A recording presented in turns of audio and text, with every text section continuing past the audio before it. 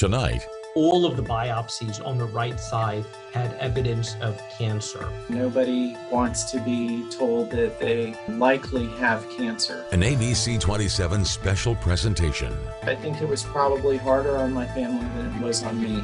Prostate Cancer, a Matter of Facts, sponsored by Penn State Cancer Institute. Good evening, everyone. I'm Amy Kem. September is Prostate Cancer Awareness Month, and in 2021, other than skin cancer, prostate cancer was the most common type of cancer in American men. The American Cancer Society estimates there will be more than 240,000 new cases of prostate cancer and more than 34,000 deaths. Tonight, we will meet patients who, through early detection and advanced treatment, have survived their battle with this disease. We will also explore when surgery is needed for treatment, what are other treatment options, and why is screening so important. Plus, we'll visit a new cancer survivorship resource center started by Penn State Cancer Institute. Also, doctors from Penn State Cancer Institute will be answering your questions in a live web chat. To have your question answered, visit abc27.com/prostatechat. But up first tonight, when a local surgeon found himself as the patient in the operating room, the role reversal resulted in a life-saving procedure. Denise McCracken has the story. Hi, Denise. Yes, hi, Amy. Dr. Brian Clark was always very good about scheduling his regular preventive care appointments. A screening at one of those appointments, though, resulted in a surprising diagnosis. Here's his journey. When not performing surgery or seeing patients at Penn State Health, Dr. Brian Clark uses his time to stay fit. 3 years ago, while his physical appearance and stamina appeared healthy for a man in his early 50s, a few routine screenings revealed something wasn't right. One of them was to get a prostate-specific antigen test, which is a PSA test, and that is a screening tool for prostate cancer. So up until that point, I was otherwise asymptomatic. I was living life and had no symptoms whatsoever. The test came back with an elevated reading. His initial PSA test came back in the 7 to 8 range.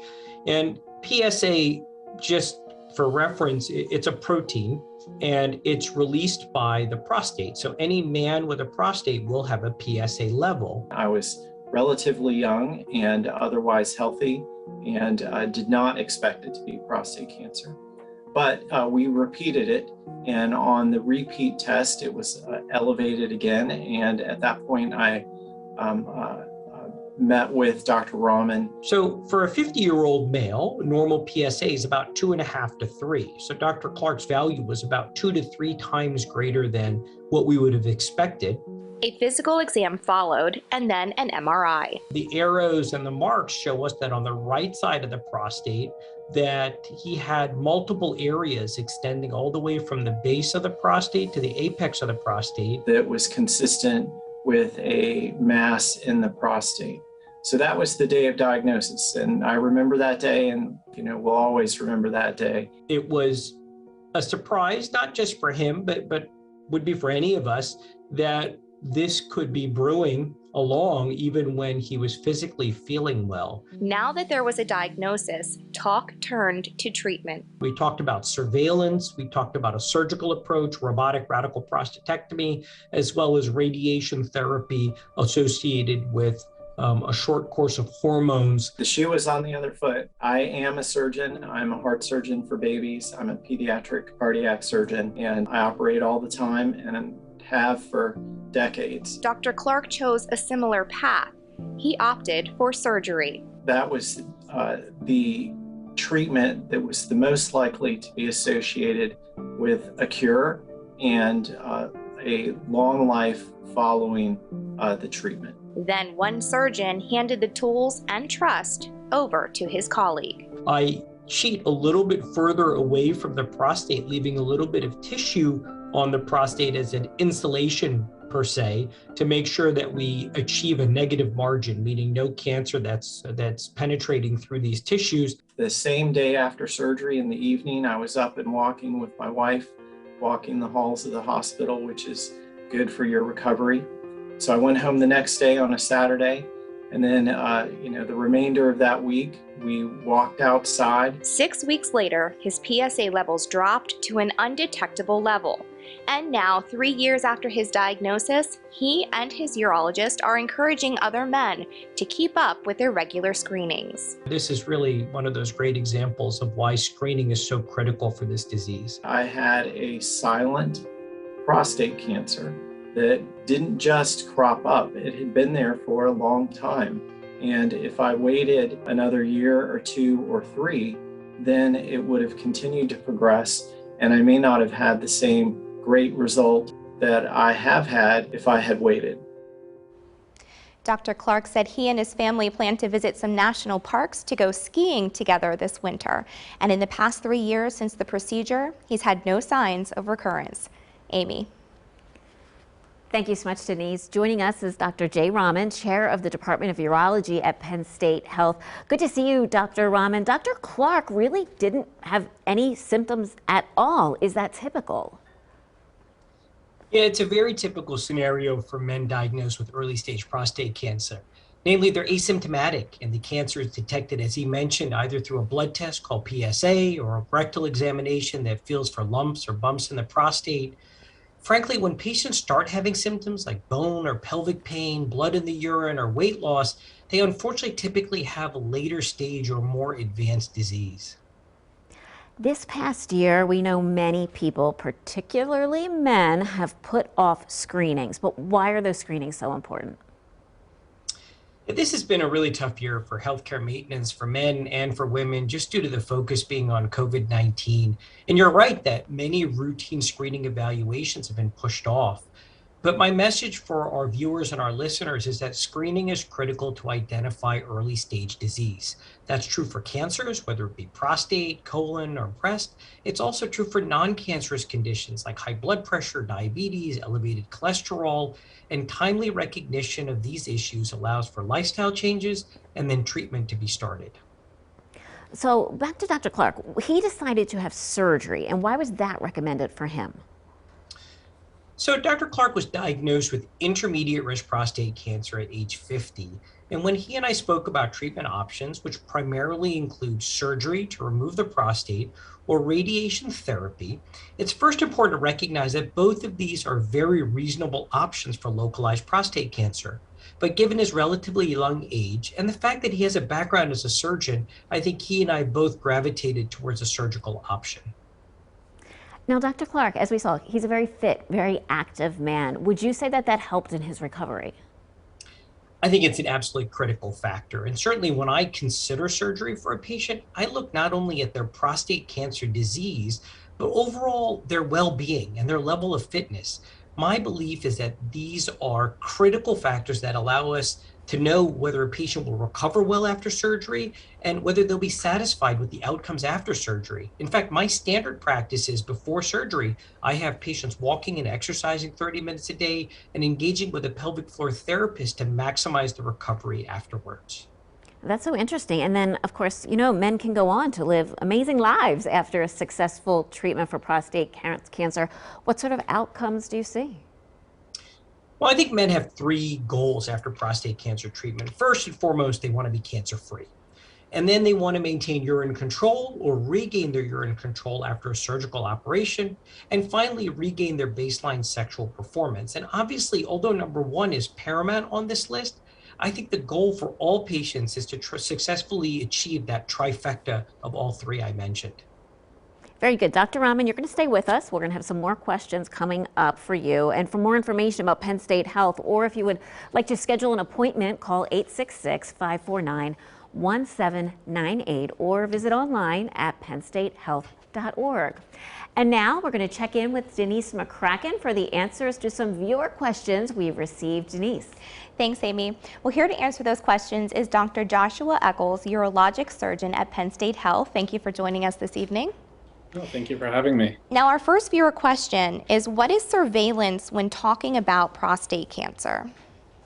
Yeah, when we talk about prostate cancer surveillance, we really talk about active surveillance. And that refers to a certain treatment algorithm that we choose for patients with low risk or very low risk disease.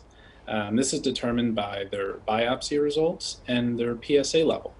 In these patients, when they meet these criteria, we recommend them on active surveillance, which includes repeat biopsies throughout a couple of years and then down the road, as well as repeat PSA levels and then repeat prostate exams. And our next viewer asks, we often hear the term care pathways when it comes to treatment. What exactly does that mean? Yeah, so care pathways can be interpreted in a couple of different ways. First of all, care pathways can be related to the risk disease that they have. So when a patient is diagnosed with prostate cancer, they're stratified into a risk category. Based on that risk category, they can be pushed into different treatment options, one of them being active surveillance, surgery, radiation, etc. Based on whatever treatment they choose, we have a pathway that we take them down. Additionally, if they choose to undergo surgery with us, we have very special pathways for our patients recovering from surgery. This helps to streamline their recovery and also hopefully minimize whatever complications could occur. We try to provide the best care that we can for all of our patients. Wonderful. Well, thank you, Dr. Eccles, for joining us this evening. We appreciate your time. Yeah, thank you for having me. And if you have questions, you can join the live web chat right now. Go to abc27.com/prostatechat. Stay with us. We'll be right back.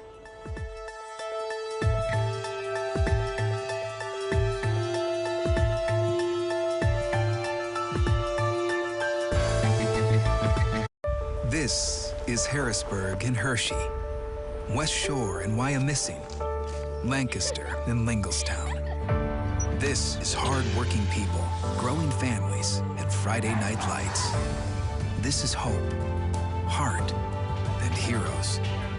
This is our community at its best. This is the health we need to live the way we want. This is Penn State Health. Learn more at thisisPennStateHealth.org.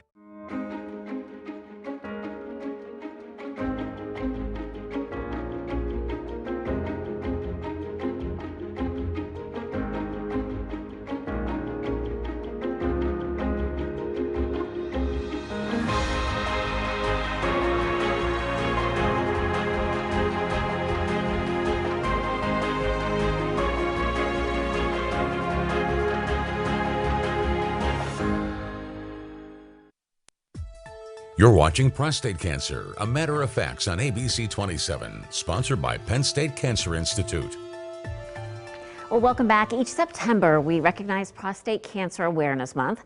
This year, we learn about a medical advancement now being used to help both prostate cancer patients and doctors. Denise McCracken has that story. Thanks, Amy. Yeah, most people have heard of a CAT scan, but a PET scan is a little less well known. For one Cumberland County man, this imaging tool became a game changer. Here's his story. So we purchased some kayaks probably 4 years ago. We kind of enjoy getting out, getting on the water, enjoying nature, getting out and traveling a little bit to different areas and going kayaking. It was smooth sailing for Jeff Miller until he noticed he was making more frequent trips to the restroom. That kind of impacted my ability to go out for longer periods of time. It kind of impacted our traveling to and from different places to go kayaking. I noticed, like, when we would drive places to go visiting family, or if we were going kayaking or whatever, we would have to make frequent stops to use the restroom. Jeff and his wife Jill thought it might just be his age. I was thinking it was just a normal aging process going on. I mean, I turned 50 last year. After the problems continued, Jeff decided it was time to see his doctor. So for him to say, honey, I think I need to go see a doctor, I knew that there was something, it was becoming a serious issue for him. They were able to check my labs and they kind of made the determination that maybe you have a prostate issue. We might need to refer you to a medical or a urologist. And the advice couldn't have come soon enough. I mean, it even was starting to affect my job, my work, sitting through meetings, lengthy meetings. I had to get up in the middle of a meeting and then move out and use the restroom. So Jeff met with Dr. Jay Rahman at the Penn State Cancer Institute. He'd already seen an outside urologist who had made a diagnosis of high-risk prostate cancer based on a biopsy. He did some imaging on me and found out that there was a bigger problem, that I had a large mass on my prostate. I kind of lost it, I guess. I got very emotional. It was scary. What was going through my mind is, how is this going to affect my future and being able to do the things that I want to do? Now that there was a diagnosis, it was time to talk about treatment. That includes surveillance, surgery, now considered radical prostatectomy to remove the prostate, or radiation treatments with hormone therapy. Jeff chose surgery. Then it was like 2 weeks maybe before the surgery is when they closed everything down. And my initial reaction was, oh my gosh, am I going to be able to go to the hospital and be there with Jeff? And of course they told me, no, you can't be here. My wife dropped me off for surgery, wasn't able to come into the medical facility because of COVID. She was at home kind of worrying about the surgery and worrying how I did. I think as with most things, it was a risk benefit, but for him, with a young man with aggressive prostate cancer, I think the benefits of having treatment early outweighed any of the risks associated with a COVID exposure during that time. Of course, there's a little bit of a recovery time after that kind of surgery. So still recovering, going for regular blood work to, check the prostate to make sure that there was no residual there, and everything was clean.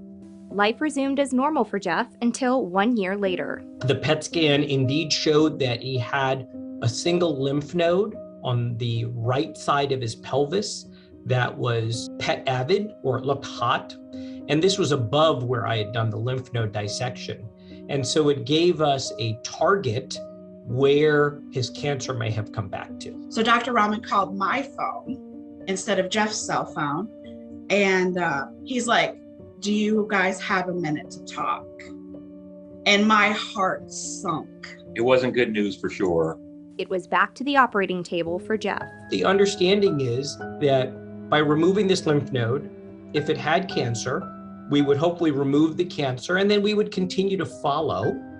And obviously, if there was recurrence, then we would default to a pathway of radiation and hormone therapy. It wasn't as big of a procedure. It was just an outpatient procedure. So, and I was able to bring him home that same day.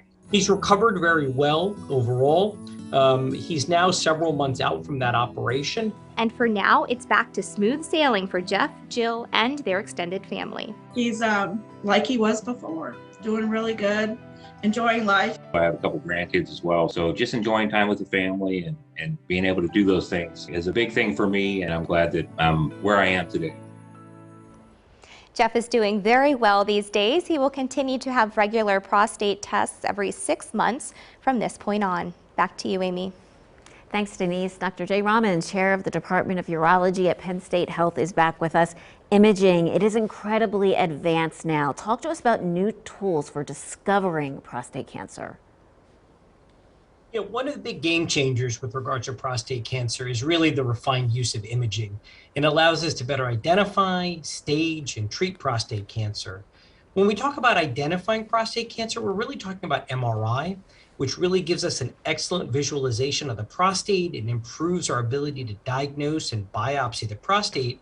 And as we heard in this story, the other game changer is PET scans. PET imaging really helps us look for areas outside the prostate or outside the pelvis, which may be areas where the disease has recurred. And this allows us to guide treatment and therapy in that direction.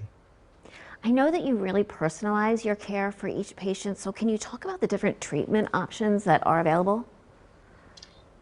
I think one of the great things about caring for men with prostate cancer is that there are indeed a variety of different treatment options that are available.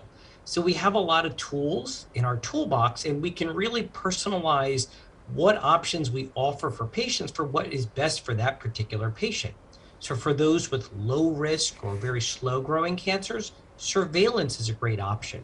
When you get to those that are higher risk or more aggressive, we have options that can include surgery, radiation therapy, hormone therapy, clinical trials, or even a combination of all of these factors. It's really important, and we hear this so many times from Penn State Health, important to treat not just the cancer, but the whole patient. So how does your team come together to give the very best care? I think the key element to recognize is that different treatments appeal to different patients, and we believe it's critical that all patients need to have access to these various different treatment options. Now, for surgery, we work very hard to ensure that patients are optimally prepared for surgery, whether that's pelvic floor therapy, exercise, that our surgeons here at Penn State Health are high volume, experienced cancer surgeons, that we use good, reliable postoperative pathways that involve early ambulation, decreased opioid exposure, and certainly tight care coordination at discharge to minimize the likelihood of hospital readmission. Right now, Penn State Health is growing, especially there on the West Shore. So tell us how you really do offer patients the care they need when and where they need it. I think one of the central missions is to use our growing health system to deliver high quality care, both on the West Shore and even beyond that.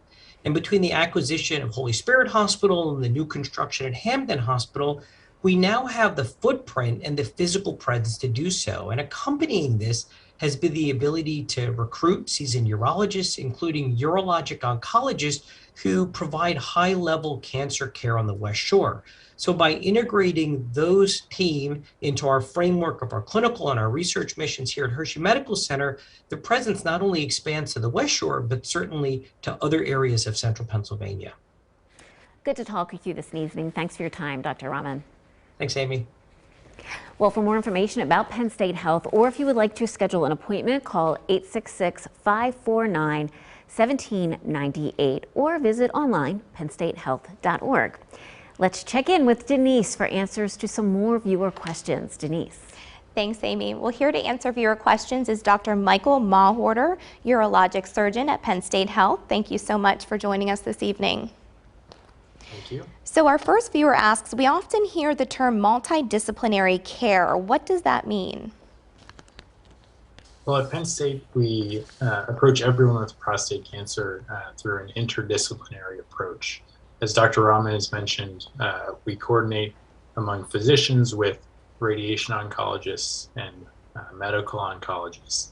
And then we also work with a variety of non-physician healthcare workers, especially nurses and pelvic floor physical therapists, as we've talked about tonight. And then there's also a support group offered through the health system for survivors of prostate cancer. Now, our next viewer question is, how do you measure the quality of care metrics? Good question. This is done in a variety of ways. One of the unique ways that we do this at Penn State is we participate in a statewide group called the Pennsylvania Urology Regional Collaborative, and we share data among 11 different member institutions to optimize the treatments that we have to offer and the diagnostics as well. You gave us a lot of great information tonight. Thank you so much, Doctor, for joining us. Sure, thanks. And doctors will answer your questions until 8, so if you have a question, you can join the live web chat right now. Go to abc27.com/prostate chat. Back to you, Amy. Thanks so much, Denise. Joining us now is Dr. Michael Hayes, the founding program director of the Care Center at Penn State Cancer Institute. Dr. Hayes, we often hear the term cancer survivorship. What does that mean? Amy, that's such an important question. Thank you for the opportunity. Survivorship, as Dr. Clark mentioned in his segment, really begins at the time of diagnosis, which he described, as so many patients do, as an unforgettable moment. And extends from that moment during active treatment, and as Dr. Rahman and his colleagues have very nicely described, can include a variety of things, and then continuing beyond active treatment to surveillance, post-treatment, and ultimately really for the rest of that individual's life. And so let's talk more about the rest of the individual's life. This is so interesting. Penn State Cancer Institute opened a resource center for cancer survivors. So talk about that for me. That's right. We celebrated opening on June 22nd, the Cancer Assistance and Resource Education Center, or CARE Center. And it's really meant to extend care to the whole person. Another facet of personalized care that's really tailored to each individual's unique circumstances in their life. So it's really looking beyond the cancer itself to understand the individual circumstances. And our institute supports patients across a 28 county catchment area. So patients, depending on where they are, have very different needs. What other types of services do you offer through the survivorship program? So there are a number. I'd like to highlight one which interfaces with prostate cancer. We have an interprofessional patient navigation team that consists of students that are in the College of Nursing, College of Medicine, chaplain residents, public health science. And these students are reaching out into the community, as Dr. Rahman described, to help build relationships, to build trust so that we can provide targeted education around risk for prostate cancer, and then to help those patients find their way to a skilled healthcare professional to discuss their options, to undergo screening, and ultimately, if there's a need, to receive the treatment that's necessary. And finally for you, Dr. Hayes, what do you think the future holds for helping cancer survivors, thrive, get back to the health they need to live the way they want? Yeah. Ultimately, Amy, our goal is a cure. Eventually to put ourselves out of business. But in the meanwhile, it's really, as Jeff described in his piece, to support each and every individual to meet their life goals, to get back in the kayak, to get out and be able to exercise, to live a life fundamentally that's aligned with their values and priorities. Dr. Hayes, thank you so much for joining us this evening. You're welcome. Thank you. You're welcome. We also want to thank Dr. Clark and Jeff Miller for sharing their stories, and you, our viewers, for sending in your questions. And we send a special thanks to all of the healthcare employees who are working during this pandemic. If you would like more information, or if you would like to schedule an appointment with Penn State Health, call 866-549-1798 or visit online at pennstatehealth.org. And to learn more about your risks of developing prostate cancer and the importance of screenings, don't miss a free virtual education event the evening of September 28th at 6:30. Dr. Eldred Daniels, Penn State Health family medicine physician, will review basic prostate cancer information, including information specific to African American men, and then will answer participants' questions. To register, visit pennstatehealthnews.org/everyman. We want to thank you for watching tonight. Have a great evening, and we wish you good health.